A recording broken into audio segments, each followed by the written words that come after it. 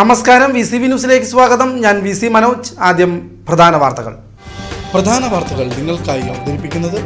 ഓരോ വസ്ത്രങ്ങൾക്കും ഒരു കഥയുണ്ട്. ആഘോഷത്തോളം വളർന്ന സ്വപ്നങ്ങളുടെ കഥ.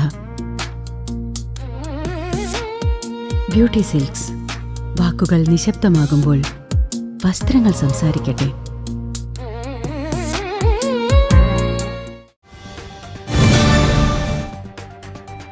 പശ്ചിമേഷ്യയിൽ യുദ്ധം രൂക്ഷമാകുന്ന സാഹചര്യത്തിൽ ഗൾഫ് രാജ്യങ്ങളിലെ ലക്ഷക്കണക്കിന് ഇന്ത്യൻ പ്രവാസികളുടെ സുരക്ഷ ഉറപ്പാക്കണമെന്നാവശ്യപ്പെട്ട് ലോക്സഭയിൽ അടിയന്തര പ്രമേയ നോട്ടീസ്. CPIM ലോക്സഭാ കക്ഷി നേതാവ് K രാധാകൃഷ്ണൻ MP കേന്ദ്ര സർക്കാരിന് നോട്ടീസ് നൽകിയത്. പ്രവാസികളെ സുരക്ഷിതമായി നാട്ടിലെത്തിക്കാൻ പ്രത്യേക കർമ്മ പദ്ധതി വേണമെന്ന് അദ്ദേഹം ആവശ്യപ്പെട്ടു.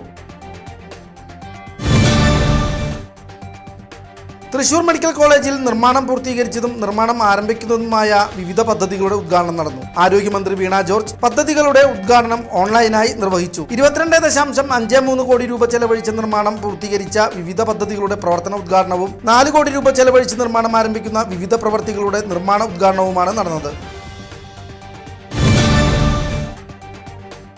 Kerala state service pensioners association സംസ്ഥാന ട്രഷറർ KV മുരളി നയിക്കുന്ന മധ്യമേഖലാ ജാഥ തൃശൂർ ജില്ലയിൽ പര്യടനം ആരംഭിച്ചു.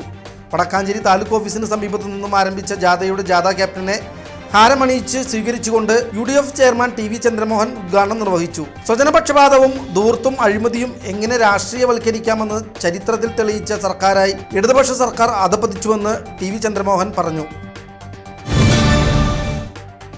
നിയമസഭാ തെരഞ്ഞെടുപ്പ് ആവേശത്തിലേക്ക് വടക്കാഞ്ചേരി. ദേശീയ ജനാധിപത്യ സഖ്യം NDAയുടെ വടക്കാഞ്ചേരി നിയോജക മണ്ഡലം തെരഞ്ഞെടുപ്പ് കമ്മിറ്റി ഓഫീസ് പ്രവർത്തനം ആരംഭിച്ചു.